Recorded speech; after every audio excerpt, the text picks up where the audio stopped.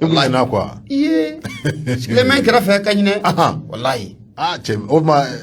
mon baby go trawla ko beta ngoni be siga i hagli be siga pamba yi kana jigina ko kacha isugo to ko kacha dugodi ngwe be siga foko ko kacha nya famia ane kunyana ngi ya to fo katebo ay nyina na koyi hagli le aysa aywa e fana mene no fe no ne fana yara be ninga na fe ne yo ay de no e ka fe ne to godi e de mando ni kuma maram kulibali baje na demele abu sabna jalame fulla sama munya adama sanogo yi am fana ka karamgo ken no be talige yusu ka karamgo kala adama sanogo dafi mori yusu ka karamgo fulla sama wati na kunyumani ale dugmalala Sérgentama Abou Safna Jarameta ne be mbolo do me boni sebanye okum ma ko nouvelle horizon mamu kumalendo akono odebe gafure awa shwadu trawule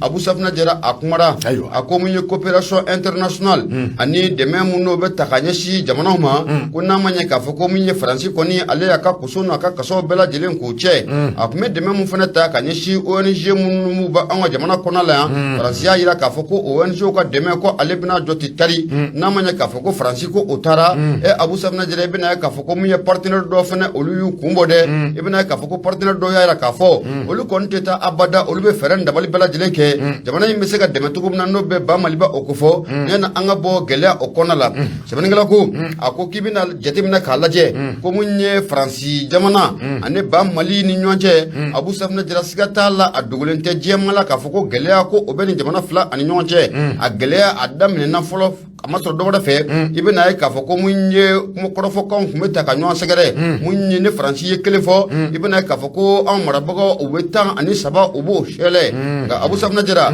ko in bɛ don taabolo min na ko bi a nana yɛlɛma bolo wɛrɛ k'o ta dɛ a b'i n'a fɔ ko mun ye ko in bɛ fɛ ka tali kɛ ka ɲɛsin nin waati na duguladenw yɛrɛ ma n'a bɛ malidenw ko fɔ o sababu kɛ Faransi a tun bɛ dɛmɛ mun ta ni ka ɲɛsin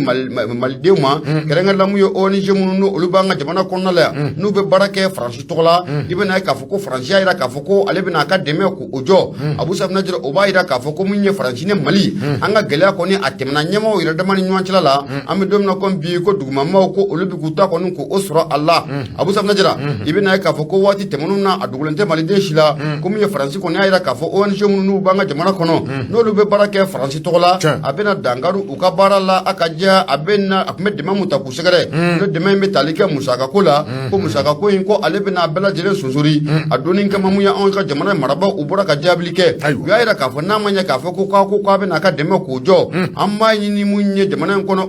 ONG bɛ yen Abou Safna Jara k'i bɛ baara kɛ Faransi tɔgɔ la ONG de bɛ yen ko Faransi ka dɛmɛ ko a bɛ ta ka ɲɛsin I ma a bɛɛ lajɛlen ka baara ko o ka jɔ Abou Safna Jara bɛ na ye k'a fɔ ko gɛlɛya ko a sɛbɛkɔrɔ tununna an bɛ don min na ko bi ko a bɔra mun ye jamana marabagaw ni ɲɔgɔn cɛla la duguladenw kɔni ko u bɛ k'u ta sɔrɔ a gɛlɛya o kɔnɔ la Abou Safna Jara n'i dun ye ko in jateminɛ k'a lajɛ n'a ma ɲɛ k'a fɔ ko mun ye Faransi kɔni ale y'a yira k'a fɔ k'ale ka dɛmɛ bɛɛ lajɛlen a b'a jɔ Abou Safna Jara nka dɔw wɛrɛ y'a yira k'a fɔ jamana wɛrɛw bɛ k'a yira k'a fɔ k'olu bɛ jamana in kɔni n'o bɛ ba Maliba ko fɔ siga t'a la k'olu bɛ dɛmɛ ta ni ka an ka Mali ka a sɛgɛrɛ fo ka taa anw bɔ gɛlɛya in o kɔnɔna o la Abou Safna Jara I bɛna ye k'a fɔ ko min ye fédération d'Allemagne n'o ko fɔra a tɛ Allemagne jamana o ko fɔ wa ale y'i tun ni Faransi ye ale y'a yira k'a fɔ kɛrɛnkɛrɛnnenya ale ka jɛrɛjakulu min n'o bɛ MINUSMA kɔnɔna la yan MINUSMA n'o ka mandat yɛrɛ kɔni tun kan ka ban san 2023 o kɔnɔ mun ye Alimaw y'a yira k'a fɔ k'olu ka jɛrɛjakulu k'u to MINUSMA kɔnɔna la yan Abou Safna Jara fo ka taa bila san 2024 o kɔnɔna la o b'a yira k'a fɔ k'olu y'u ka dɛmɛ ta ka Mali k'o sɛgɛrɛ wa o y'a yira fɛnɛ ko mun ye Alimaw ka cɛden mun n'o bɛ MINUSMA kɔnɔ Abou Safna Jara nanzara jamanaw la I bɛna ye k'a fɔ ko Alimaw ka cɛdenw da gosi k'a ka bon kosɛbɛ u ka ca fo k'a fɔ ko u ka ca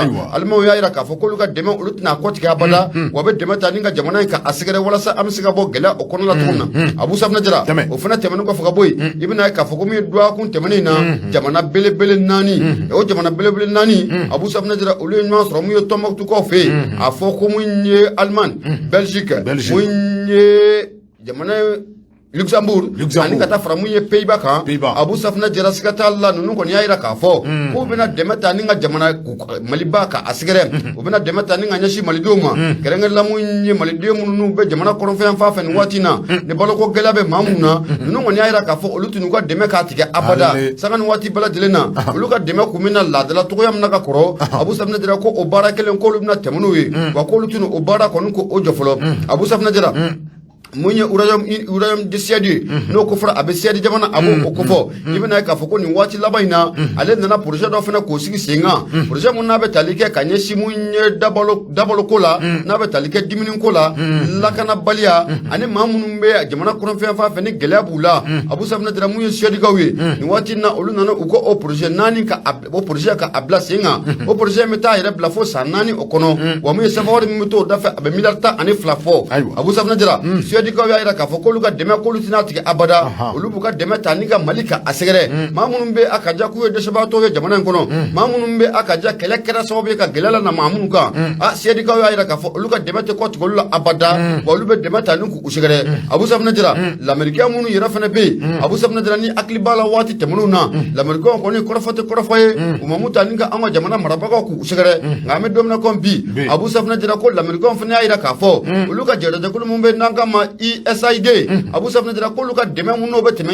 USAID sira fɛ ko o dɛmɛ k'o tɛna jɔ abada na a ko fɔra a bɛ agence américaine pour le développement international Abu Safinɛ Jara a b'o o ko fɔ k'o dɛmɛ kɔni ko o tɛna jɔ olu bɛna fɛɛrɛ dabali bɛɛ lajɛlen kɛ ka jamana in kɔni ka a dɛmɛ o b'a jira k'a fɔ ko mun ye l'américain ye Abu Safinɛ Jara k'u fana y'u cun ni Faransi ye u y'u cun ni Macron ye ko siga t'a la Abu Safinɛ Jara mun ye sɛbɛnnikɛla ye n'o de bɛ Awa Suwadu Tarawele ko fɔ a y'a jira k'a fɔ ko in kɔni a bɛ taabolo min na komi bi Abu siga t'a la ni Faransi y'a ka dɛmɛ kɔni k'o tigɛ a jɛɲɔgɔn minnu bɛ a ka ja n'olu bɛ nanzara jamana wɔɔrɔw ko fɔ waati tɛmɛnenw na n'u ni Faransi da tun bɛ fili kelen na Abu Safinɛ Jara olu kɔni y'a jira k'a fɔ olu ka dɛmɛ tɛ tigɛ wa a bɛ dɛmɛ ta ni ka jamana in kɔni ka a sɛgɛrɛ Abu Safinɛ Jara n'i y'a jateminɛ k'a lajɛ Faransi bɛ ka dalilu mun di k'a jira k'a fɔ ko ale bɛna a ka dɛmɛ k'o tigɛ a tun tɛ dalilu jɔnjɔn koyi o sabu kɛ ni maa ma bɛ yan ninnu bɛɛ lajɛlen ye tulo bilenw de ye minnu filɛ k'a fɔ k'u t'u ka dɛmɛ k'o tigɛ ta Abu Safinɛ Jara olu bɛɛ lajɛlen de ye tulo bilenw ye wa u ka kɛlɛkɛcɛ caman bɛ an ka jamana in kɔnɔna la o b'a jira k'a fɔ ko mun ye mercenaire ko kuma min n'a bɛ Faransi da Abu Safinɛ Jara ko tayi sira fɛ ko mun ye wuya dɔ bi wa wuya o don sini mun ye Gafuri Awa Suwadu Tarawele a kɔni y'a jira k'a fɔ ni dɛmɛ mun n'a talen filɛ ni jamana ninnu fɛ ka mun ye an ka transition fanga ni ka a sɛgɛrɛ nin waati gɛlɛn kɔnɔna la Abu Safinɛ Jara a bɛ kɛ sababu ye mun ye an ka transition maa minnu bɛ ka a mara nin waati na Abu Safinɛ Jara u bɛ partenariat kɛ ni maa ye an b'a fɔ maa min ma partenariat gagnant Abu Safinɛ Jara u b'o baara k'o sigi sen kan kunnafoni filɛ nin ye an y'a sɛbɛn ka bɔ mun ye nouvelle horizon ale kɔnɔ Awa Suwadu Tarawele ale sɛbɛnnikɛla ye Abu i bonya o b'a la bɛɛ kɛra k'a fɔ Awa Suwadu an b'a fo bɛɛ bolo don bɛɛ bɔ ni sɛbɛn min ni o cogoya ko le soir de Bamako la k'a dɔn k'a fɔ nin ye Mayimuna Dunbiya Fakoli ale ka sɛbɛn don ko min bɛ tali kɛ k'a dɔn k'a fɔ lutte contre la corruption n'o ye yuruguyurugu a kɛlɛ ko n'i ye anw ka Mali jamana in da k'a lajɛ ko kɔrɔfɔ minnu bɛ fɔ yuruguyurugu kɛlɛ a kumakan a ko i k'a dɔn k'a fɔ a kɔrɔfɔw ka ca koyi nka min ye tiɲɛ yɛrɛ lakika ye ko o de ka dɔgɔ min bɛ tali kɛ k'a dɔn k'a fɔ Mayimuna Dunbiya Fakoli ko ministre min ni o ɲɛsinnen bɛ k'a dɔn k'a fɔ refondation de l'État ma i k'a dɔn k'a fɔ ko olu ye atelier ba dɔ labɛn atelier in y'a dɔn k'a fɔ o ye sigi ka kuma ye walima ka fɛɛrɛ ni dabali bɛɛ lajɛlen tigɛ min bɛ se ka to i k'a dɔn k'a fɔ dɔ bɛ se ka bɔ yuruguyurugu olu kow la cogo min na i k'a dɔn k'a fɔ o atelier ko u y'a daminɛ koyi novembre kalo tile 29 tɛmɛnen na ka taa se i k'a dɔn k'a fɔ a n'a kɛ ni a bɛ kuncɛ bi sabula i k'a dɔn k'a fɔ décembre kalo tile 20 décembre kalo tile fɔlɔ o ye bi ye i k'a dɔn k'a fɔ atelier a bɛ kuncɛ bi sabula i k'a dɔn k'a fɔ ministre min ni o ɲɛsinnen bɛ i k'a dɔn k'a fɔ refondation de l'État ma ko atelier in dabɔ mɛ min kama o de ye k'a dɔn k'a fɔ jɛɲɔgɔn minnu ni olu bɛ anw ka jamana in na a ka ɲɛ i k'a dɔn k'a fɔ ONG minnu ni k'a dɔn k'a fɔ ani bailleurs de fonds minnu bɛ yen n'olu b'i k'a dɔn k'a fɔ sanga ani waati k'a dɔn k'a fɔ min bɛ tali kɛ musaka ko la ka musaka kɛ dɔn k'a fɔ k'a di anw ma walasa an ka se ka an yɛrɛ dɛmɛ ninnu kɔni caman de bɛ yen sanga ani waati i k'a dɔn k'a fɔ ko u bɛ jalaki ta ye sabula i k'a dɔn k'a fɔ u b'a yɛrɛ k'a fɔ wari minnu ni u bɛ di i k'a dɔn k'a fɔ u taa cogo ɲuman a ye k'a dɔn k'a fɔ ko u tɛ kɛ ka si dɔn i k'a dɔn k'a fɔ u kɔni ye atelier in dabɔ min kama o de ye k'a dɔn k'a fɔ ka kumaw fɔ min b'a yira k'a fɔ ko yuruguyurugu i k'a dɔn k'a fɔ baaraw bɛɛ senna min bɛ se ka to a kɛlɛw bɛ se ka kɛ cogo min an ka jamana in kɔnɔ minisiri k'a dɔn k'a fɔ ko a ye discours caman fɔ discours in k'a dɔn k'a fɔ discours minnu kɔnɔna na n'i y'a kɔrɔfɔw ta k'a lamɛn a bɛ k'i ɲɛna k'a fɔ ko i k'a dɔn k'a fɔ an bɛ waati min na komi sisan anw ka jamana in k'a dɔn k'a fɔ a na k'i ɲɛna k'a fɔ ko yuruguyurugu kɔni ko a bannen bɛ i k'a dɔn k'a fɔ min bɛ tali kɛ i k'a dɔn k'a fɔ kunnafonidilaw la u y'a yira k'a fɔ min bɛ tali kɛ discours la discours cɛ ɲuman don nka min ye waleya yɛrɛ ye a ye k'a dɔn k'a fɔ ko o de ka dɔgɔ ka dɔn ka fɔ kow la koyi sabula i ka dɔn ka fɔ n'i y'a ta k'a lajɛ i k'a dɔn k'a fɔ waati dɔ la a kɔni fɔra ko i ka dɔn ka fɔ fɛɛrɛ ni dabali bɛɛ lajɛlen ka se ka tigɛ min b'i wele k'i ka dɔn ka fɔ validation de la stratégie nationale o ye ka dɔn ka fɔ stratégie fɛɛrɛ dɔ ka se ka tigɛ walasa i ka dɔn ka fɔ foroba wari a burujaliw olu bɛ se ka kɔn cogo min na i ka dɔn ka fɔ lutte contre la corruption i ka dɔn ka fɔ bureau du vérificateur général olu bɛ yen i ka dɔn ka fɔ yɔrɔ wɛrɛ fana bɛ yen min bɛ wele ko OCLEI olu bɛɛ lajɛlen nana fara i ka dɔn k'a fɔ yɔrɔ wɛrɛw kan waati laban in na walasa i ka dɔn ka fɔ yuruguyurugu kɛlɛ a bɛ se ka nɔgɔya anw ka jamana in kɔnɔ. A ka ca a ka ca a ka ca dɛ. jɛkulu mun sigilen bɛ ka yuruguyurugu kɛlɛ anw ka jamana in kɔnɔ a ka ca wa mun ye budget mun n'a bɛ ta ka d'u ma Abu Safinɛ Jara ka ca dɛ. min bɛ tali kɛ k'a dɔn k'a fɔ vérificateur général ka dɔn k'a fɔ kunnafonidilaw y'a jira k'a fɔ ale kɔni ka dɔn k'a fɔ n'i ye nin cakɛda in ta k'a lajɛ saga ani waati ka dɔn k'a fɔ u b'u ka baara in kan u bɛ a kɛ mais ka dɔn k'a fɔ u bɛ a ɲɛdɔn sabula i ka dɔn k'a fɔ n'i ye anw ka jamana in cakɛda caman ta k'a lajɛ i ka dɔn k'a fɔ ko i ka dɔn k'a fɔ vérificateur a ye baaraw kɛ o yɔrɔw la min bɛ se k'a to i ka dɔn k'a fɔ baara jɛlen a bɛ se ka labɔ cogo min na i ka dɔn k'a fɔ hali a ma mɛn ten min bɛ tali kɛ ka dɔn k'a fɔ vérificateur général la ko a taara ka taa i ka dɔn k'a fɔ san 2021 o rapport ko a taara ka to o di jamanakuntigi n'o ye Asimi Goita ye min bɛ tali kɛ k'a dɔn k'a fɔ kunnafonidilaw y'a fɔ k'a fɔ min bɛ tali kɛ assise nationale la waati dɔ la ko ninnu bɛɛ lajɛlen kɛra sababu ye min bɛ a to kɔrɔfɔw ka kɛ min bɛ se ka to fɛɛrɛ ni dabali bɛɛ lajɛlen ka se ka tigɛ min n'a bɛ wele ko la bonne gouvernance n'o ye ka dɔn k'a fɔ jamana yɛrɛ a marako ɲuman i ka dɔn k'a fɔ o ninnu bɛ se ka don cogo min na i ka dɔn k'a fɔ kɔrɔfɔ caman de bɛ lutte contre la corruption ko kɔnɔ nka min ye i ka dɔn k'a fɔ yeta yɛrɛ ye i ka dɔn k'a fɔ ko o t'i ye dɛ sabula i ka dɔn k'a fɔ kabini i ka dɔn k'a fɔ nin cakɛdaw caman de bɛ yen min bɛ tali kɛ i ka dɔn k'a fɔ vérification ka vérificateur général ka bureau o bɛ yen i ka dɔn k'a fɔ OCLEI o bɛ yen i ka dɔn k'a fɔ section compte dɔ fana bɛ yen cour suprême tu la pôle économique o fana bɛ yen i ka dɔn k'a fɔ min bɛ wele ko cellule d'appui aux stratégies de compte de l'administration n y'a dɔn k'a fɔ ninnu bɛɛ lajɛlen ye cakɛda ye cakɛda minnu bɛ yen i ka dɔn k'a fɔ ni olu bɛ fɛɛrɛ ni dabali bɛɛ lajɛlen kan ka tigɛ walasa i ka dɔn k'a fɔ foroba wari a burujali bɛ se ka dabila cogo min na nka o n'a ta o ta kunnafonidila ka fɔ la ko n'i ye discours cɛɲumanw da k'a lajɛ k'i a bɛ k'i ɲɛna k'a fɔ k'i ka dɔn k'a fɔ yuruguyurugu tɛ anw ka jamana in kɔnɔ nka n'i ye k'a dɔn k'a fɔ kɛnɛmana ta k'a lajɛ walima i k'a dɔn k'a fɔ ka taa cakɛdaw la walima i k'a dɔn k'a fɔ ka kow yɛrɛ jateminɛ i b'a ye k'a fɔ ko yɛlɛma foyi tɛ don malgré que nin cakɛda ninnu bɛ anw fɛ yan walasa i k'a dɔn k'a fɔ yuruguyurugu a bɛ se ka kɛlɛ cogo min na Fasiri filɛ an ye min mɔ le soir de Bamako kɔnɔ Mayimuna Dunbiya Fakoli ale ka sɛbɛn don le soir de Bamako baarakɛlaw Abu an b'u fo a bɛ kɛ sababu ye n bɛ n bolo gosi ka don indicateur du renouveau ne bɛ bɔ ni a ye mun ye Seydou Jara Jarakɛ a kumara Abu Safinɛ Jara a ko an ka na kiiri bunakun o kɛnɛ kan n'a nana kiiri bunakun kɛnɛ kan an bɛ don min na comme bi Abu Safinɛ Jara kiiri bon minnu b'an ka jamana kɔnɔ siga t'a la a bɛɛ lajɛlen da sɔgɔlen don hali gardien Abu Safinɛ Jara o tɛ da la siga t'a la a bɛɛ datugulen don hali gardien tɛ yen u bɛ grève la awɔ Abu Safinɛ Jara mun ye Seydou Jara ye a y'a jira k'a fɔ n'a ma ɲɛ k'a fɔ ko mun ye magistrat n'o bɛ kiiri bunakun kofɔ olu kɔni u bɛ baara bilala nka o n'a ta bɛɛ i bɛna ye k'a fɔ ko mun ye rentrée judiciaire mun na a bolo bɛ sigi sen kan san o san 2022 ka taa bila mun ye san 2023 la Abu Safinɛ Jara ko o baaraw ko o bi kɛ sɔgɔmada in na wa maa mun yɛrɛ bɛna taa kɛnɛ ka taa a ko makari o tɛ maa wɛrɛ o y'an ka jamana faama ye n'a bɛ tali kɛ Asimi Goita la Asimi Goita kɛ Asimi Aso ale bɛ taa kɛnɛ ka bi yan a diyagoya don a bɛ taa a bɛ taa magistrat tɛ kosɛbɛ Seydou Jara a y'a jira k'a fɔ ko mun ye syndicat jɛkulu fila mun n'o bɛ magistrature tɔgɔ la Abu Safinɛ Jara olu kɔni y'a jira k'a fɔ k'u bɛ wele bila u ka tɔndenw bɛɛ lajɛlen ma n'a ma ɲɛ k'a fɔ k'u kɔni taara baarabila la kabini novembre kalo tile 29 wa baarabila mun k'a bɛ tali kɛ tile 5 baarabila la wa o b'a ɲini u ka tɔnden bɛɛ lajɛlen fɛ ko maa si kana taa nin rentrée judiciaire mun n'a baara bɛna kɛ bi sɔgɔmada in na ni jamana faama yɛrɛ colonel Asimi Goita n'a kan ka ye a kɛnɛ kan sɛbɛnnikɛla ko a ko i bɛna ye k'a fɔ ko jɛrɛjɛkulu mun bɛ n'an ka masamu ani ka taa fara mun ye Siliman kan nin bɛɛ lajɛlen ye kiiri bunakun syndicat jɛkulu tɔgɔ o don Abu Safinɛ Jara ko a bɛ nin ɲinɛ waatinin bɔ i bɛna ye k'a fɔ ko ni ministère so mun o ɲɛsinnen don kiiri bunakun yɛrɛ kɛnɛ kan n'o bɛ tali kɛ Mahamadu Kasongila Abu Safinɛ Jara mun ye bɔka bin ko o sɛbɛkɔrɔ o cayara ni jɛrɛjɛkulu dama ni ɲɔgɔn cɛla la o de kumu kɔnɔna la i bɛna ye k'a fɔ ko wulikajɔ caman ko nana kɛ syndicat jɛkulu maaw fɛ walasa mun ye fɔka bɛɛ o bɛ se ka na u ni jamana gouvernement cɛ cogo min na grève in a bɛ se ka bɔ a dɔgɔ kɔrɔ nka Abu Safinɛ Jara greffu ko amaba to ko de greffu woni ko akera wa me domna ko bi baraw ko utiga ke munye kiri bo shikona la anga jamana okono o sabga ni sani ka jakulu fulani ya temna kalaje samu ani silima kiri mo ko ni o kenaka abu sabna jira abela jile klakla no ni sani ka jakulu fula oni nyonchila la o bayina ka foko bara kele ko abe gala ko sobe abu sabna jira na manya ka foko munye kiri bo ngone ko adatugule no am domna ko bi atita kololo ko o sabga mamun be nube ka sobona ni watina mamun no lu kunga kiri ni dwa ko kona la abu sabna jira uluta na blaka wati wora ko kano o mamun fana be no lu ka seben furaw no lu kuminya na bokiri buna kun kenaka abu sabna jira anaka sobo ye ka maja chama ulla namunyo olu ka seben fura ko ula abu sabna jira gauna tabe arantere judiciaire ni dom belebele munaka gere kiri mo ma kosobe dom belebele munaka gele jabana fama yere ma kosobe olu kum kona la na manya ka foko ni dom belebele ko ni abul dal no sumada ina wa munya nga jamana fama ko na ashim ko ita alebta kenaka olu kum kona la muye senega jakulu mununu kalama ka barabla ko buroda ukube wole bla ukatonde bela dilema mama ya don ka foki ye critical ay ko mashi ko ni ko okana ye ni keneka ko mashi ko shi kana ye ni keneka awo gorade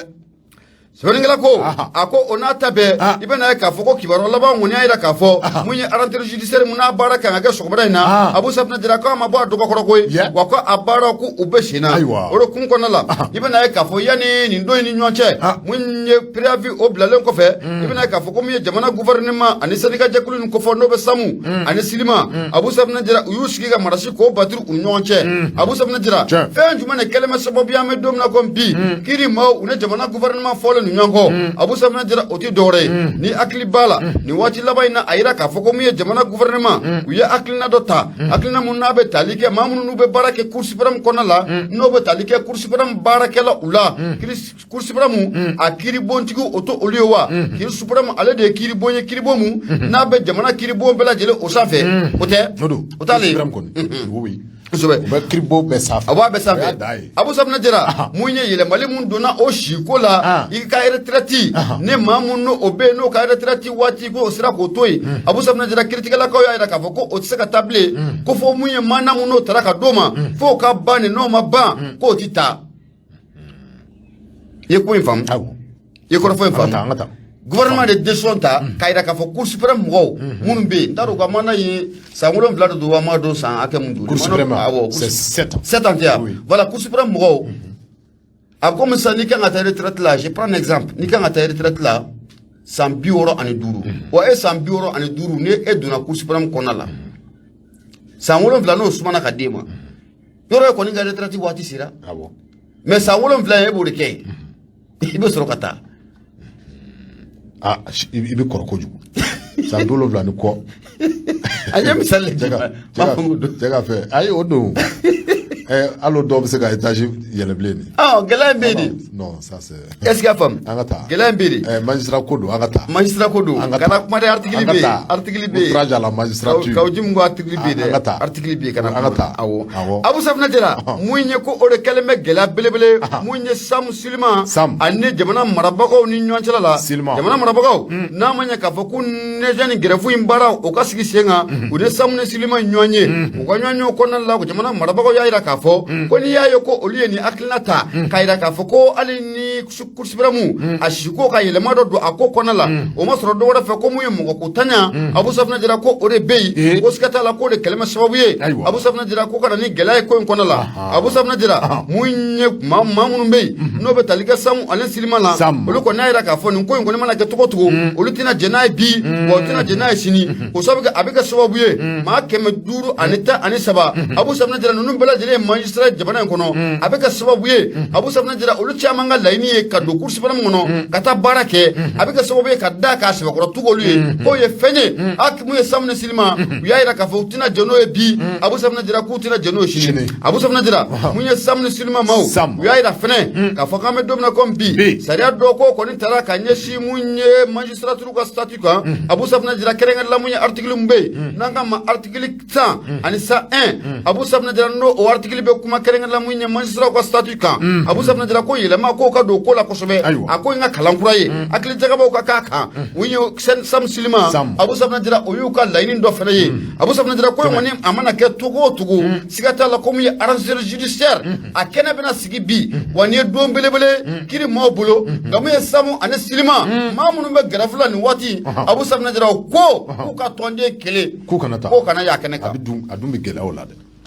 abigela de musika digi ko abigela abigela ni fana foron wala dalale ne ala ka nyika da amina rabi vraiment ban flani anya sama ka bomu indicateur du renfo ale konna la seru jira ale sabringa la abu bunya bala bete kero fo ami do de ke ala bi ala ka jamani ala ka kulusuma ne be mbulu do aguchi c'est ka do soir de Bamako kono ko didi ka do ka fo Yusuf Konate ale ka sebendo Yusuf Kodi ko ka do ka fo mi metal ke 47e session c'est ça lu ka do ka fo lu ka 47e session kun kan ka ke ka do ka fo ame watim na comme 600 ka do ka fo ko session a suspendura folo sabla ka do ka fo nunu munu ni ube akenega nunu ngoni kunya a jigiya ka fo mi metal ke kado afo ministre mi ni o nyeshini me kado afo réconciliation comment no ye kado afo colonel Ismail Wage kado afo ni alete kenega ma bara ko u ka joflo ka ba jo awo ko fo Wage kata fo Wage ka kenega pa kala na ko bolo ka fo Wage na de aywa ngata mi metal ke kado afo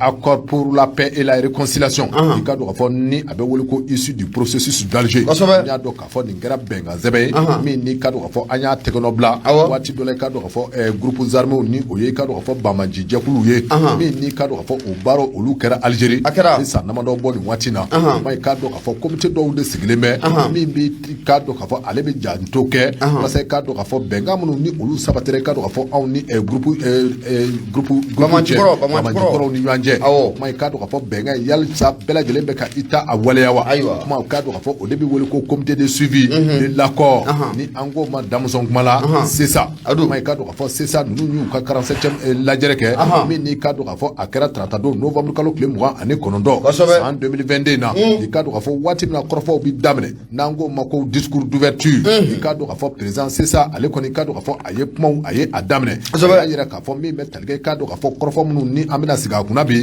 ay kado ka fo korfo atna siga ta yoro jana sabla ay kado ka fo ni yeko inta ka laje ma tese ka kuma accord d'Alger ko kuma kan tant que kado ka fo ministre mi ni o nyeshini me kado ka fo réconciliation paix kuma kado ka fo ni o ye be ani client chebe ani kambe abisika sabati onga mali a jamani kono tokna no ye kado ka fo colonel Ismail Wage ma tant que ni colonel Ismail Wage na le tekene kan ma kaka anga bare en kado ka fo anga asuduru na fi kado ka fo ni ngwe ngene kan kado ka fo yango don mi nyinga do ko ino sabla kado ka fo emela mo kado ka fo ni oye kado ka fo ni mo emela kado ka fo mouvement de Lazawad no ye coordination des mouvements de Lazawad no ye semai kado ka fo ulu ku kado ka fo bare ku kado ka fo aka sozuru folo sabla kado ka fo ulu be mi ve kerengrenyana de kado ka fo ministre mi ni onyeshini me bare ma no ye kado ka fo Wage yere ay kado ka fo Wage kado ka fo ko die ashinya fly sabla kado ka fo 46e session konana Wage kado ka fo ko akunte o keneka mi be talke kado ka fo 47e session na kado ka fo Wage ate o keneka mai kado ka fo bare atna siga tani ndatu gena reni dabale bela jere ka tige kado ka fo ni Wage ni aye kene soro domina ko fo to ka ji ka siga janya ko abuka kami abuka kami abuka kya abuka ka magwana awo ayo angata Zirba ka fola kado ka fo mi metalge échange la no ye kado ka fo kuma fale valo ye ay kado ka fo ko odora mo ni nyanje kusobe sabla kado ka fo do ya yira ka fo hal ni Wage ate keneka kado ka fo ko bare ko abisika kegwe la mi metalge kado ka fo semala kado ka fo kase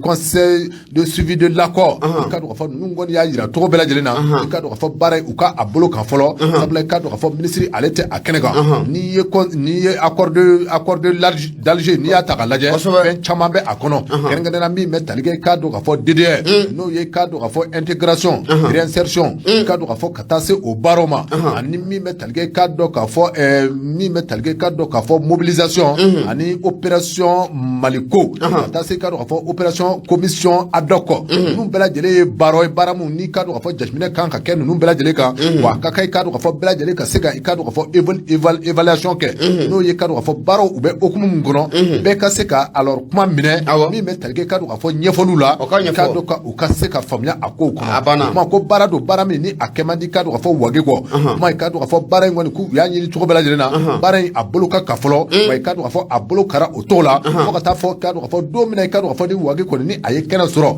kuma ka don ka fɔ conseil ka don ka fɔ a n'a sogo ka sigi sen kan min bɛ tali kɛ ka don ka fɔ 47e session na u na se ka a baaraw ka a bolo don tuguni parce que filɛ nin an ye min mɔ soir de Bamako kɔnɔ Yusuf Konate ale ka sɛbɛn Yusuf Konate an bɛ foli ta ni ka a sɛgɛrɛ Abu Safinɛ Jara n'o de fina Mamadou Sissoko a sɔgɔlimana Faransi an bɛ foli lase a ma n'an y'ale fo Nana Keita a fana ko k'a sɔgɔlimana Nana Keita an b'a fo mun ye nouvelle origine Abu ne bɛ n bolo don n bɛ bɔ n'a ye Seydou Konate kɛ a kumara Abu Safinɛ Jara a ko an bɛ don min na ko bi wulikajɔw bɛ sen na mun ye Docteur Choguel Kokala Mayiga a kana se ka segin abada ka na premier ministre ye o kɔnɔna la o dokumu kɔnɔna la ni hakili b'a la jɛrɛjɛkulu mun bɛ n'a bɛ ale kɛ iteri kɔrɔ ninnu na an ko maa minnu ma ko cadre d'échange baw Abu siga t'a la ko kunun o bɛnna novembre kalo tile 3 ma kunasini n'o bɛnna novembre kalo tile 29 ma sigi an ka jamana premier ministre par intérim n'o bɛ colonel Ablaye Mayiga n'o o ba ale kofɔ i bɛna ye k'a fɔ ko a ye cadre d'échange maaw a y'u bisimila Patrick b'a ka fɔ la a ko mun ye cadre d'échange des partis regroupement politique pour le retour à l'ordre constitutionnel to an yɛlɛmana sa o Abu Safinɛ Jara nin waati u ka wulikajɔ fanga ko a ka bon kosɛbɛ u bɛ ka don da caman fɛ Abu Safinɛ Jara u bɛ ka da caman k'o gosi nin waati na Abu Safinɛ Jara i bɛna ye k'a fɔ ko mun ye cadre u ye wulikajɔ cɛsiri caman kɛ nin waati laban in na kɛrɛnkɛrɛnnenya mun ye jɛrɛjɛkulu mun bɛ yen n'an k'a ma ko MINUSMA Abu Safinɛ Jara u ni MINUSMA n'u ye sigi ka baro kɛ o fana tɛmɛnen kɔ fɔ ka bɔ yen jɛrɛjɛkulu mun na a bɛ kuma alisilamɛ denmisɛnw sifinnakaw tɔgɔ la n'an k'a ma Union des jeunes musulmans du Mali UJUMA Abu Safinɛ Jara ko mun ye cadre ye u ni UJUMA maa fɛnɛ sigida o baro la Abu Safinɛ Jara nka an bɛ don min na komi bi mun ye tarata don n'o bɛnna novembre kalo tile 29 ma mun ye cadre maaw u ka ɲɛmaaba o tɛ Modibo Sumare wa u bisimilala mun ye colonel Ablaye Mayiga fɛ dɛ premier ministre par intérim Abu Safinɛ Jara siga t'a la u bisimilala a fɛ mun ye Seydou Konate a yira k'a fɔ ko kibaruya y'a yira k'a fɔ ko mun ye cadre maaw u kɔni taara mun ye jamana premier ministre fɛ Abu Safinɛ Jara mun ye sɛbɛnfura dɔ kɔni k'u y'o di jamana premier ministre ma sɛbɛnfura in ko n'i y'a kɔnɔna jateminɛ k'a lajɛ u ye u hakilinata k'o di u bɛ fɛ fanga in ka mara cogoya mun na ani u hakili bɛ fɛ yɛlɛmani minnu olu ka kɛ fanga in kɔnɔna la Abu Safinɛ Jara u y'o kɛ sɛbɛnfura ye ka t'o di jamana premier ministre par intérim ma n'o bɛ colonel Ablaye Mayiga ko fɔ Abu Safinɛ Jara i bɛna ye k'a fɔ ko cadre d'échange u ka laɲini o tɛ dɔwɛrɛ u y'a yira k'a fɔ ko mun ye premier ministre ko ka sigi sen kan premier ministre mun n'an kama premier ministre neutre premier ministre mun ni compétence ko dan ya a ta ye Abu Safinɛ Jara i n'a fɔ charge de la transition y'a ɲɛfɔ cogo min na ko premier ministre neutre ko o ka sigi sen kan u ye sɛbɛnfura minnu k'o di premier ministre ma Abu Safinɛ Jara ko a tarata don o ba a kɔnɔna la o fana tɛmɛnen kɔfɛ ka bɔ yen Abu Safinɛ Jara u y'a yira k'a fɔ ko mun ye avant projet mun n'o bɛ senna nin waati laban in na n'a bɛ tali kɛ constitution na an ka jamana sarasunba Abu Safinɛ Jara ko k'o kuma yɛrɛ de bila pewu ko k'o kuma yɛrɛ de bila ka bɔ yen an tilar'o o fana mana kɔrɔ k'o baara la jɔ kana an sɛgɛn kɔ sa ça c'est fini ça non la nouvelle constitution là c'est fini an tilar'o la an tilar'o la an bɛ taa de an tɛ se k'an kɔ bilen dɛ u kana an segin k'a ka bila a bannen don an t'a bila a fɔ cadre ye ko an t'a bila an ka taa Abu n'a terikɔrɔ ninnu ka kɛlɛ a bɛ ten a jugɔra teriya bɔra tora a mɛnna a banna anw ma foyi sɔrɔ politique ko rɔ a banna tɛgɛrɛ fɔ a banna Abu Safinɛ Jara o fana mana bɔ yen u y'a yira k'a fɔ ko jɛgɛrɛjɛkulu min n'o sigida ka kalata k'u labɛn n'an k'a ma autorité indépendante de gestion des élections damasɔnya kuma la n'an k'a ma ko EJ Abu Safinɛ Jara ko ka yɛlɛmaw fana ko k'o lana o kɔnɔ la mun ye cadre ye u y'a yira k'a fɔ ko mun ye fanga tɔni mun bɛ n'o bɛ transition tɔni ko fɔ Abu Safinɛ Jara ko bɛɛ ka jɛ k'o kɛ ɲɔgɔn fɛ bɛɛ ka jɛ k'a kɛ ɲɔgɔn fɛ de Abu Safinɛ ne ye kuma jugu yɛrɛ ye jamana in kɔnɔ cadre de b'a fɛ ko bɛɛ ka jɛ k'a tɔni kɛ awɔ alors mais c'est ça o de ye nin kuma ninnu caya kun ye donc le problème est que peut-être que an b'a fɛ ka place de ɲini ka don nin kuma in b'o de yira o u k'an to yen sa dɔ kɛra Abu Mɛ Seydou Konate a yira k'a fɔ ko cadre u bɛ ka nin wulikajɔ mun kɛ nin waati laban in na siga t'a la k'u ɲɛ bɛ maa mun kunkolo la o tɛ maa wɛrɛ ye o de ye Docteur Choguel Kokala Mayiga ye a bɛ kɛ sababu ye ka Choguel Kokala Mayiga a mago bɛ sigiyɔrɔ min na n'o bɛ premier ministre ko fɔ Abu Safinɛ Jara k'a bɛ kɛ sababu ye ko Choguel a na sigiyɔrɔ in sɔrɔ wa mun ye sɛbɛnnikɛla ko n'o bɛ Seydou Konate ko fɔ a yira k'a fɔ ko mun ye cadre d'échange des partis regroupement politique pour le retour à l'ordre constitutionnel n'a bɛ Amadu Koyita n'a ka cɛdenw ko fɔ n'i ye ko in jateminɛ k'a lajɛ u ko k'olu ta ma kɛ balika wuli ye koyi k'a fɔ k'olu balila ka wuli ka taa premier ministre fɛ yen de wa Abu Safinɛ Jara ko o ma kɛ olu ye audience de demandé audience kɔni ko premier ministre a ye sira don olu ma ko olu kuma kɔnɔna la k'olu ni premier ministre k'u ye ɲɔgɔn ye u hakilinata ye fɛn mun ye Abu Safinɛ Jara u y'o ɲɛfɔ jamana premier ministre ye Abu Safinɛ Jara ko nin m'a yira k'a fɔ mun ye kadiri ye k'a fɔ k'u bɛna sɔn Choguel ko la Mayiga Abu Safinɛ Jara ko a ka taa sigi sigiyɔrɔ na bilen wa baara ko a bɛ gɛlɛya kosɛbɛ a ko bɛ aso de bolo aso mana décret ta hali Choguel ko yɛrɛ kɛlen bɛ enclume ni marteau ni maa ninnu bolo sisan Choguel ka nani yɛrɛ de man d'u ye ça il faut le dire o kɔrɔfɔ da kɔnɔ a ye fanga yɛrɛ maga colonel ninnu Choguel ko kɛlen bɛ baara de Abu entre colonel fana ayi u yɛrɛ dama tɛ koyi c'est-à-dire que a kɛra dɔnni dɔnkoma ye c'est-à-dire ko in kɛlen bɛ dɔnni dɔnkoma de quoi u t'a dɔn u b'a bila yɔrɔ min na sisan ko in bɛ ten sa de voilà wallahi u t'a dɔn u b'a bila a tɛ se ka bila a tɛ se ka taa bilabali tabali a ma nɔgɔ dɛ a dun na kɛ dɔ ye dɛ nin ko dɔ ye o t'a to nin cogo in na tan an ka transition kuncɛ ne fanga kojugu a dun tɔni bɛ dɛ parce que ça reste à peu près 16 mois ne fanga kojugu ma yɛrɛ parce que Choguel n'a ka jama bi awɔ bon maa minnu fana bɛ furugu la nin waati la olu fana n'u ka jama bi awɔ wa hali population yɛrɛ kɛ Choguel a ka di mɔgɔw ye koyi ayiwa parce que i b'a dɔn a fana kun ye sen da fɛn caman kan dɛ ayiwa ko in kɔni bɛ yɔrɔ min na an kɔni bɛ mun fɔ an ka laɲini ye fɛn min ye Abu Safinɛ Jara hali sɔgɔmada n'an siginn'o kan a kɛra Choguel wo a kɛra colonel Ablaye Mayiga wo a bɛɛ ka ɲi Mali ka ɲɛtaa bɛ maa min bolo a bɛɛ ka ɲi Ala k'u latigɛ a banna man y'o de koyi u ka bɛɛ fɔli na sa Mali ka ɲɛtaa bɛ mun bolo dɔrɔn Ala k'u les regroupements là il faut pas les écouter ala tɛ politique ma bɛ don Abu kama ban politique ma a bɛ ɲɔgɔn kiyɔrɔ dɔn siga t'a la Abu Safinɛ Jara u kɔni y'a ɲini k'a fɔ ko mun ye cadre d'échange u ka sɛbɛnfura in kɔnɔna la u y'a yira k'a fɔ olu ka laɲini tɛ dɔwɛrɛ ye mun ye transition waati minnu o kofɔlen don Abu Safinɛ Jara ko transition ko a kana tɛmɛ o waati kɔni u kan u y'o fana kɛ sɛbɛnfura ye sɛbɛnfura minnu y'a di jamana premier ministre par intérim ma colonel Ablaye Mayiga Abu Safinɛ Jara mun ye sɛbɛnnikɛla ye n'o de bɛ tali kɛ Seydou Konate la a yɛrɛ k'a fɔ an kɔni bɛ don min na ko bi ka ɲɛsin mun ye cadre maa ninnu ka wulikajɔ ma ka ɲɛsin u bɛ bɔ ka bin na da minnu ni ɲɔgɔn cɛla la tan Abu Safinɛ Jara ko nin u bɛ fɛ ka fɛɛrɛ ni dabali bɛɛ lajɛlen de kɛ ka da in kɔni k'a sɛbɛkɔrɔ tugu mun ye docteur Choguel ko la Mayiga ɲɛ a kana se ka don yɔrɔ sɔrɔ abada jango k'a k'a fɔ k'a bɛ t'i sigi min ye premier ministre ka jɔyɔrɔ la Abu Safinɛ Jara fɛɛrɛ de bɛ ka tigɛ sen kan da in bɛ se ka sɔ cogo min na pewu u b'a fɔ ka da sɔ an ye kunu yɛrɛ ma fasiri kalan dɔw kɛlen tɛ ka taa fɛn dɔ labɛn k'a fɔ ko pétition kɛbagaw b'u sɔn minɛ ko fo ka dɔ in ka to a nɔ la bon nin pétition kɛbaga ninnu ye jamana cibagaw ye quoi e ni mun ye a bɛɛ ɲita ɲini n'a ye je te dis Mali côté tous les problèmes du Mali la ɲita ɲini dɔrɔn don a banna o de ye jamana in yɛrɛ sigi kɔ a tan ka ma bɔ mɔgɔ ko kɔnɔ ani wama ni yɛrɛkun maliyɛn tulen don wama ni yɛrɛkun a bɛɛ ye ɲita ɲini dunta ɲini bɛɛ bɛ ka girigiriw ni association ni regroupement des trucs a bɛɛ a si tɛ faso ko ye n'a bɛɛ wama ni yɛrɛkun ni faso ko don ɲama b'a jamana kɔnɔdenw sɔrɔ ta abada population qui n'a pas accès à la santé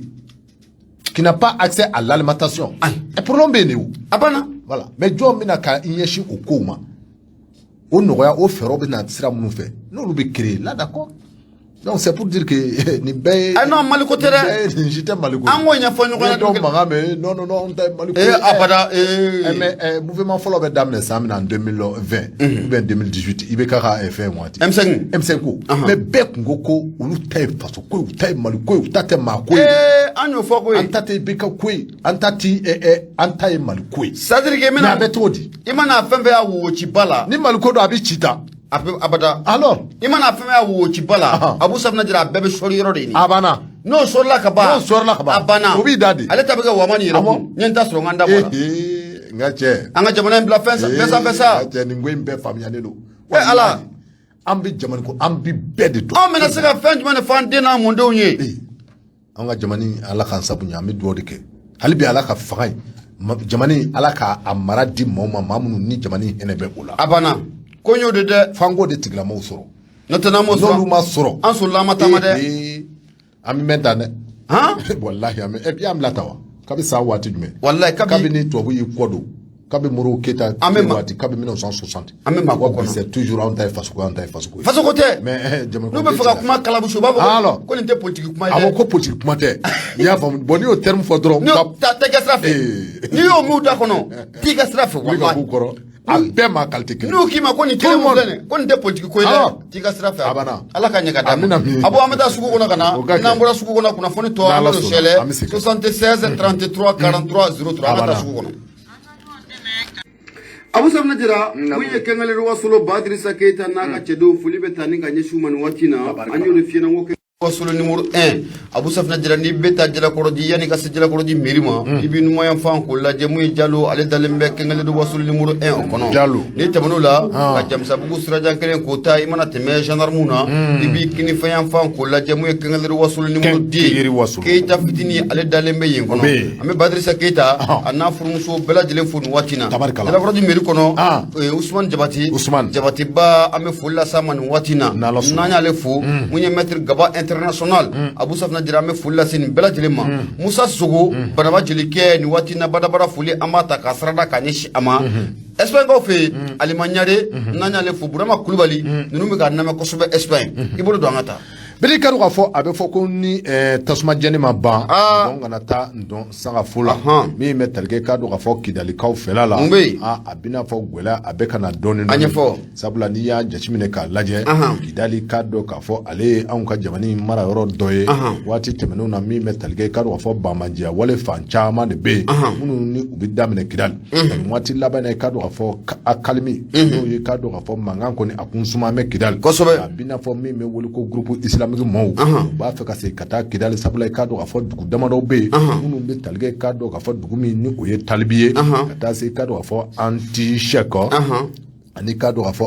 n'o kɔ i k'a dɔn k'a fɔ ninnu bɛɛ lajɛlen ye dugu ye minnu ni u bɛ kidali mara kɔnɔna na ekɔliso minnu bɛ kɔnɔna na i k'a dɔn k'a fɔ groupe armé maaw i k'a dɔn k'a fɔ ko u ni motow jiginna o duguw kɔnɔ sabula i k'a dɔn k'a fɔ u y'a ɲini dugudenw fɛ i k'a dɔn k'a fɔ ekɔliso minnu ni olu bɛ tubabu kalan kan ka kɛ nanzara kalan na ka kɛ a ye k'a dɔn k'a fɔ ko u ka ekɔlisow bɛɛ lajɛlen datugu i k'a dɔn k'a fɔ ko avertissement ni o ye kangɛrɛdakan ye i k'a dɔn k'a fɔ ko u nana ni nin kumakan ninnu de ye i k'a dɔn k'a fɔ k'a lase nin dugu ninnu ma min bɛ talikɛ k'a dɔn k'a fɔ dugudenw k'a dɔn k'a fɔ kɔrɔfɔ min ni a fɔlen filɛ i k'a dɔn k'a fɔ jadimaw fɛ hakaja i k'a dɔn k'a fɔ diinɛ marifatigiw fɛ i k'a dɔn k'a fɔ tile kelen tɛmɛnen kɔrɔ kɔfɛ dugudenw i k'a dɔn k'a fɔ ko u ma jɛ ni kɔrɔfɔ in ye sabula i k'a dɔn k'a fɔ u dusukun tɔɔrɔla u dusukun nana kamikami i k'a dɔn k'a fɔ population ni o bɛ talikɛ i k'a dɔn k'a fɔ talibi dugudenw ye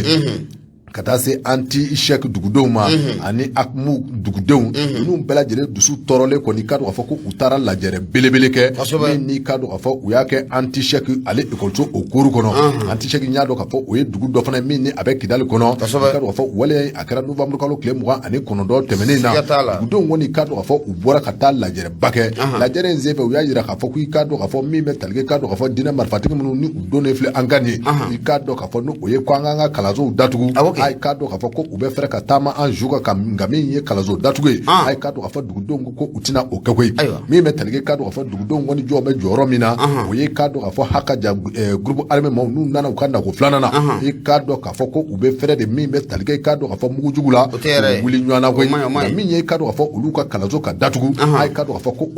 o kɛtɔ dɔ ye i k'a dɔn k'a fɔ groupe armé maa minnu ni olu kɛlen filɛ ka nin wale in kɛ dɔw ka fɔla i k'a dɔn k'a fɔ a b'i n'a fɔ Yadi Agali e ko a tɛna kɛ u ka maaw ye o kuma i k'a dɔn k'a fɔ ko olu de bɛ wo yala yala la nin waati na a ka ja i k'a dɔn k'a fɔ ninnu yɛrɛ b'a fɛ ka kɛlɛ yɛrɛ tigɛ i k'a dɔn k'a fɔ groupe la groupe minnu bɛ yen ni olu sɔnna ka tɛgɛ dɔ bila kɛ i k'a dɔn k'a fɔ u ni Mali faamaw cɛ ni an bɛ u wele ko semaw ka taa se i k'a dɔn k'a fɔ groupe signataire fɛn o fɛn ni u bɛ kidali waati na u b'a fɛ ka fɛɛrɛ ni dabali bɛɛ lajɛlen tigɛ min bɛ talikɛ i k'a dɔn k'a fɔ kɛlɛ la ka o de ta ka ninnu sɛgɛrɛ sababu la i k'a dɔn k'a fɔ kɛlɛ u b'a fɛ ka ta ka ninnu sɛgɛrɛ sababu la i k'a dɔn k'a fɔ u kɔni jiginna u ka dugu kɔnɔ min bɛ talikɛ ekɔlisow la ka o datuguli kuma k'o fɔ ministre min yɛrɛ ɲɛsinnen bɛ i k'a dɔn k'a fɔ réconciliation ko ma n'o ye i k'a dɔn k'a fɔ colonel Ismaël Wage ale bɔra k'a dɔn k'a fɔ kidalikaw fɛ hali a ma mɛn o kuma k'a dɔn k'a fɔ n'a ma ɲɛ k'a fɔ ko ministre ale bɔra yen nin waati na o b'a yira k'a fɔ min ni a bɛ wele ko akalimi n'o ye i k'a dɔn k'a fɔ fɔka bɛɛ i k'a dɔn k'a fɔ basigi o bɛɛ ka sabati dɔɔni sabula i k'a dɔn k'a fɔ ministre taara a ɲuman sɛgira min bɛ talikɛ ka don k'a fɔ baasi foyi ma wuli o ma i ka don k'a fɔ n'a ma ɲɛ k'a fɔ ko o baaraw bɛ sen nɔ o ma i ka don k'a fɔ tɛgɛnɔbila min kɛra anw ni bamanjiw cɛ i ka don k'a fɔ o b'a yira k'a fɔ sabati bɛ ka don a kow kɔnɔ dɔɔni nka maa minnu filɛ nin ye ni olu ye groupes armés n'olu b'a fɛ ka taa baga population ma k'a sababu kɛ i ka don k'a fɔ u nana ka na kangɛrɛ min da ni o ye ekɔliso datugu ye a i ka don k'a fɔ don nataw la ko e ko a tɛna gɛlɛya sabula i ka don k'a fɔ bamanjiw kɔni y'a yira k'a fɔ ko olu bɛ taa wa u bɛna segin koyi sabula n'u nana sɔrɔ i ka don k'a fɔ tubabu kalanso fɛn o fɛn bɛ yen n'an b'u wele ko ekɔlisow e ko ni a y'a sɔrɔ k'a fɔ ko fɛn o fɛn bɛ kalan na e ko u tɛna u ka fɔ la ko u na kɛlɛ ta i ka don k'a fɔ dugudenw k'u sɛgɛrɛ dɛ dugudenw ninnu fana jɔ bɛ jɔyɔrɔ min na o ye k'i ka dɔn k'a fɔ u bɛ fɛrɛ ka taama u bɛɛ lajɛlen su kan nka min ye olu ka kalanso i ka dɔn k'a fɔ ko a datugutɔ tɛ bi a datugutɔ sini kuma i ka dɔn k'a fɔ kunnafonidila olu ka fɔ la i ka dɔn k'a fɔ ko e ko don nataw la e ko a kɛra cogo cogo groupe islamique maaw ani ka dɔn k'a fɔ semaw i ka dɔn k'a fɔ walima groupe siyantaru e ko u tɛna na kari ɲɔgɔn na sabula i ka dɔn k'a fɔ an bɛ waati min na komi bi min bɛ talikɛ mari surasilakaw la hali n'a y'a sɔrɔ olu bɛ yen nka n'i ye kidali contrôle ko ta k'a lajɛ i b'a sɔrɔ k'a fɔ ko sema de jɔn bɛ ni o kow caman ye o kuma n'a ma ɲɛ k'a fɔ ko i ka dɔn k'a fɔ groupe islamique maaw olu b'a fɛ ka na dangari ka dɔn k'a fɔ population na i ka dɔn k'a fɔ sema fana a tɛna sɔn o ma dɛ sabula i ka dɔn k'a fɔ ni olu y'u jɔ jɔyɔrɔ dɔ la i ka dɔn k'a fɔ a mɛn o mɛn nin groupe fila u bɛna kari ɲɔgɔn na min bɛ talikɛ i ka dɔn k'a fɔ kidali ka dɔn k'a fɔ groupes armés minnu bɛ yen ani ka dɔn k'a fɔ islamique ka groupe u bɛna kari ɲɔgɔn na matiriba ka fɔ la a ko i ka dɔn k'a fɔ nin ye ko ye min ni an kan ka jateminɛ dɔɔni affaire à suivre i ka dɔn k'a fɔ nin ye Umaru Angoyiba ale ka sɛbɛn don Umaru Angoyiba an bɛ foli ta ni k'a sɛgɛrɛ mun ye Mamudu Sidibe a ko a sɔgɔlen mana nin waati na Faransi kɔnɔ la Mamudu an bɛ foli ta ni k'a sɛgɛrɛ mun ye silamakan an b'ale fo nin waati na Mɔti jamana o kɔnɔ Abu mun ye indicateur du renouveau ne bɛ don bɛ bɔ n'a ye Adama Jabatekɛ a kumara a ko mun ye tentative de braquage an ka taa sira kɔrɔ nɛgɛtana Abu Safina Jara n'an taara sira kɔrɔ nɛgɛtana nin kɛra don bilen sira kɔrɔ nɛgɛtana o kɔnɔna la Abu Safina Jara don ye a kɔni kɛra novembre kalo tile 29 nɛgɛ ɲɛ 16 o waati i bɛna ye k'a fɔ ko sigida mun bɛ n'an kama ko sira kɔrɔ nɛgɛtana Abu Safina Jara mun ye bandi kɔlenba fila u moto mun sanfɛ o de ye moto Jakarta ye u ka laɲini kun tɛ dɔwɛrɛ kɛngɛlɛdi bitigi belebele dɔ o bɛ sira kɔrɔ nɛgɛtana yɛrɛ kɔnɔna la kɛrɛnkɛrɛnnenya la kɛngɛlɛdi yɛrɛ ani sugu o man jan ɲɔgɔn na Abu Safina Jara mun ye nin bandi belebele fila ye u ka laɲini kun tɛ dɔwɛrɛ ka taa kɛngɛlɛdi yin ka taa sɔkɔnɔ minɛn bɛɛ lajɛlen kɛ a kɛnɛma minɛn ye ka taa musaka bɛɛ lajɛlen cɛ ka tɛmɛna a ye nka Abu Safina Jara n'a jara a bɛ se fila Abu Safina Jara mun ye sɛbɛnnikɛla n'o de bɛ Adama Jabate kofɔ a ko kibaruyaw kɔni y'a jira k'a fɔ n'a ma ɲɛ k'a fɔ ko nin bandi kɔlen fila ninnu Abu Safina Jara u kun bɛ ka laɲini mun kɛ ka kɛngɛlɛdi kɔni ka ale attaquer Abu Safina Jara u ka laɲini kɔni ko sɔrɔfɛn ɲinifɛn o ma kɛ sɔrɔfɛn ye Abu Safina Jara a kɛra sababu ye mun ye sirakɔrɔ nɛgɛtɛnɛkaw denmisɛn fara cɛ ka o fara muso denmisɛn maakɔrɔba bɛɛ lajɛlen de dusukun nana tɔɔrɔ k'u sɛbɛkɔrɔ tɔɔrɔ Abu Safina Jara o yɔrɔnin bɛɛ mun ye maaw de bɔra i n'a fɔ lahara bɔlɔnba Abu Safina Jara ka wuli ka jɔ k'o sigi sen kan o hukumu kɔnɔna la i bɛna ye k'a fɔ ko fasirikɛbaa ka fɔ la n'o bɛ tali kɛ Adama Jabati la a yira k'a fɔ ko mun ye commissaire mun n'o bɛ sirakɔrɔ nɛgɛtana kɔnɔna la n'o bɛ tali kɛ Facɛmɛ Kulubali o y'a yira k'a fɔ ko waati mun na ko kibaruyaw kɔni ko o sera olu ma k'a yira k'a fɔ ko mun ye bandi kɔlen fila Abu Safina Jara k'u bɛ fɛ ka nin kɛngɛlɛdi kɔni ka attaquer o yɔrɔnin bɛɛ i bɛna ye k'a fɔ k'ale n'a ka jigilatigɛkulu ye ko bɛɛ lajɛlen bila sen kan ka Abu Safina Jara olu kɔni taara u tɛgɛ da bandi ninnu kan ka taa ni bandi ninnu ye gendarmerie o kɔnɔna la nka Abu Safina Jara miniti damadɔ o kɔfɛ Abu Safina Jara mun ye sirakɔrɔ nɛgɛtɛnɛkaw nana sɛbɛkɔrɔ dimi u sɛbɛkɔrɔ dimina Abu Safina Jara a ma ɲɛ mun kɔ ko a ma o ye wa o sabu kɛ mun ye gendarmerie maaw kun ka laɲini tɛ dɔwɛrɛ ye mun ye bandi ninnu bɛ se ka taa di polisilakaw ma cogo min na u ni ɲagili mun ka kan o bɛ taa ni k'u sɛgɛrɛ kiri bunakun o kɛnɛ kan olu fana ye fɛɛrɛ dabali bɛɛ lajɛlen kɛ ka population k'u calmer nka Abu Safina Jara population ma se ka calmer koyi o sabu kɛ i bɛna ye k'a fɔ ko min ye sirakɔrɔ nɛgɛtɛnɛkaw u y'a yira k'a fɔ k'u tɔɔrɔla kosɛbɛ sanga ni waati bɛɛ lajɛlen na i b'a ye k'a fɔ ko bingali de bɛ taa ka olu ka sigida k'a sɛgɛrɛ sanga ni waati bɛɛ lajɛlen na ko min ye bandiw de bɛ taa surutu olu kan n'a dun fɔra k'a fɔ ko min ye gendarmerie o bɛ sugu yɛrɛ kɔnɔna la yen Abu Safina Jara olu polisiso fana o bɛ sirakɔrɔ nɛgɛtɛnɛ nin ye fɛn ye olu tɛna sigi abada k'a lajɛ o yɔrɔnin bɛɛ i bɛna ye k'a fɔ ko min ye jamaw kɔni y'a yira k'a fɔ bandi minnu filɛ ba gendarmerie bolo nin ye an ka fɛɛrɛ dabali bɛɛ lajɛlen kɛ bandi ninnu bɛ se ka bɔ gendarmerie bolo an k'u kɛ sɛtu sɛfini o kɛra i y'a fɔ cogo min u y'a kɛ ten Abu Safina Jara i tulo ma da ibena ye k'a fɔ ko mun ye sirakɔrɔ nɛgɛtɛmɛkaw u m'a ko bila dagirida la koyi Abu Safina Jara u giririla mun ye gendarmerie o kɔnɔna kan dɔw yɛlɛla gendarmerie a so sanfɛ k'u jɔ Abu Safina Jara mun ye muruti fari kɔni nin ye o bolodalen tɛ cadi a ma ɲɛ mun kɔ Abu Safina Jara mun ye bandi kelen u ye tɛgɛ ta ka d'o kan tɛ caw jama kelen ka tɛgɛ ta ka d'o kan Abu Safina Jara u y'a bugɔ k'ale dugumakolo bɛɛ lajɛlen k'u kaɲa c'est tout c'est fini a banna Abu Safina Jara mun ye bandi kelen ale si kɔni o ma ban ko sabu ale bolila ka ti da mun ye gendarmerie maaw ka mobili o kɔnɔ la nka kelen kɔni b'u la Abu Safina Jara tugelen dɔw u y'o bugɔ fo k'o fa ayiwa an ka taa o kɛra dɛ o kɛra Abu Safina Jara sɛbɛnnikɛla ko a ko i bɛ na ye k'a fɔ ko mun ye sirakɔrɔ nɛgɛtɛnɛkaw Abu Safina Jara u sɛbɛkɔrɔ kun diminen don koyi ko sabu u y'a ye k'a fɔ sanga ni waati bɛɛ lajɛlen bingali de bɛ taa ko olu kɔni ko u sɛgɛrɛ nka mun ye bandi kelen Abu Safina Jara o kɔni gendarmerie ka mobili o kɛra sababu ye k'o kɔni k'o ni kɔni k'o kisi an bɛ don min na komi bi ale bɛ labitani wa mun ye enquête kɔni ko o dayɛlɛla nin bandi ninnu u ni jɔn jɛlen bɛ ka baara k'o kɛ ɲɔgɔn fɛ nka kunnafonidila y'a jira k'a fɔ mun ye commissaire ale ka fɔ la n'o bɛ Facema Kulubali ko fɔ a y'a jira k'a fɔ ko mun ye bandi ninnu tun bɛ ka opération kɛ moto mun na ko sirakɔrɔ nɛgɛtɛnɛkaw m'o siyɛla ka taa n'o ye wa taara n'o ye o moto suyana u taara n'o ye u dusu aw ma suɲɛ ko u dusu kasili de taara n'a ye u bɛ taa n'o ye mais ni taara n'a ye k'a sɔrɔ i man ka taa n'a ye an bɛɛ b'a kɛ pièce a bɛ kɛ dɔ in ye dɛ alors a bɛ k'o ye kɛ o ka ye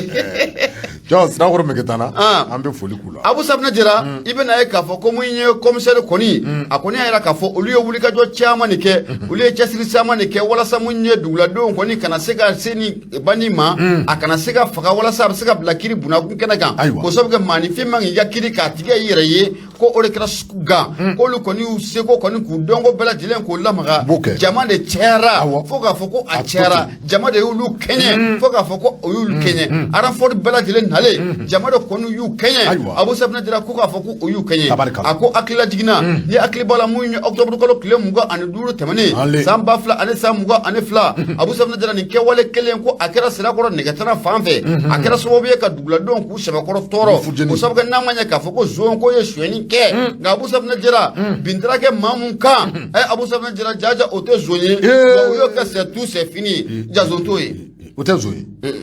ye a kɛra fili tellement que suyɛni cayara fanga bɔnna dugu la suyɛni cayara n'i ko zon ka ban Abu Safina Jara an ka taa de n bɛna fɛn dɔ fana f'i ye zonko la ni a fɔra zon ni mɔgɔw y'a gɛnni daminɛ kana kɛ i b'i farati ka kɛ première na ayi kana bɔ dɛ ka kɛ ɲɛkun na ayi kana bɔ ni zon fana y'a kɔma yɛlɛma k'a fɔ a ye zon bɛɛ n ka cɛ ni ma farati dɔrɔn de bɛ kɛ c'est tout c'est fini n ko u delila ka zon dɔ gɛn Abu Safina Jara sugu kɔnɔ k'a b'a la ka n'a ma ɲɔgɔn ye ɲarɔ zon y'a ka guloki fila b'u la a ye guloki yɛlɛma a bɛ boli la n'a ka guloki sanfɛta k'o bɔ k'o fili ka sin ka bɔ zonya hukumu kɔnɔ ka kɛ maa normal parce que zon tamasiyɛn tɛ fili o Abu Safina Jara mun ye fatirikɛba n'o b'a Adama Jabate kɔni a kɔni y'a jira k'a fɔ nin san laban in na bɛɛ lajɛlen kɔni k'i hakili to i yɛrɛ la maaninfinw k'u hakili kɔsi mun ye lakanabaaw kɔni bɛ wuli ka jɔ ni cɛsiri bɛɛ lajɛlen na walasa mun ye bingali a bɛ se ka dɔgɔya jamana o kɔnɔ cogo min na n'a bɛ Bamakɔ ko fɔ kunnafoni filɛ nin ye an y'a sama ka bɔ mun ye éducateur du renouveau a kɔnɔna la Adama Jabate ale sɛbɛnnikɛla ye Abu i bonya o b'a la bɛɛ k'a dɔn k'a fɔ waati a kɔni bɛ ka se siya ka kane nin waati na ale bɛ sirakɔrɔ Nɛgɛtana ale yɛrɛ sigiyɔrɔ bɛnnen bɛ Suguda ma Coyi y'an terikɛ école maître don siya ka kane an bɛ monsieur fo ko monsieur u ye mun kɛ o kɔni o fila kɛ u ka ko to kiri maaw bolo a banna ale bɛ sirakɔrɔ ye ka du bɛ Suguda yɛrɛ Ala ka ɲɛ ka da i k'a dɔn k'a fɔ Ɲamori Keyita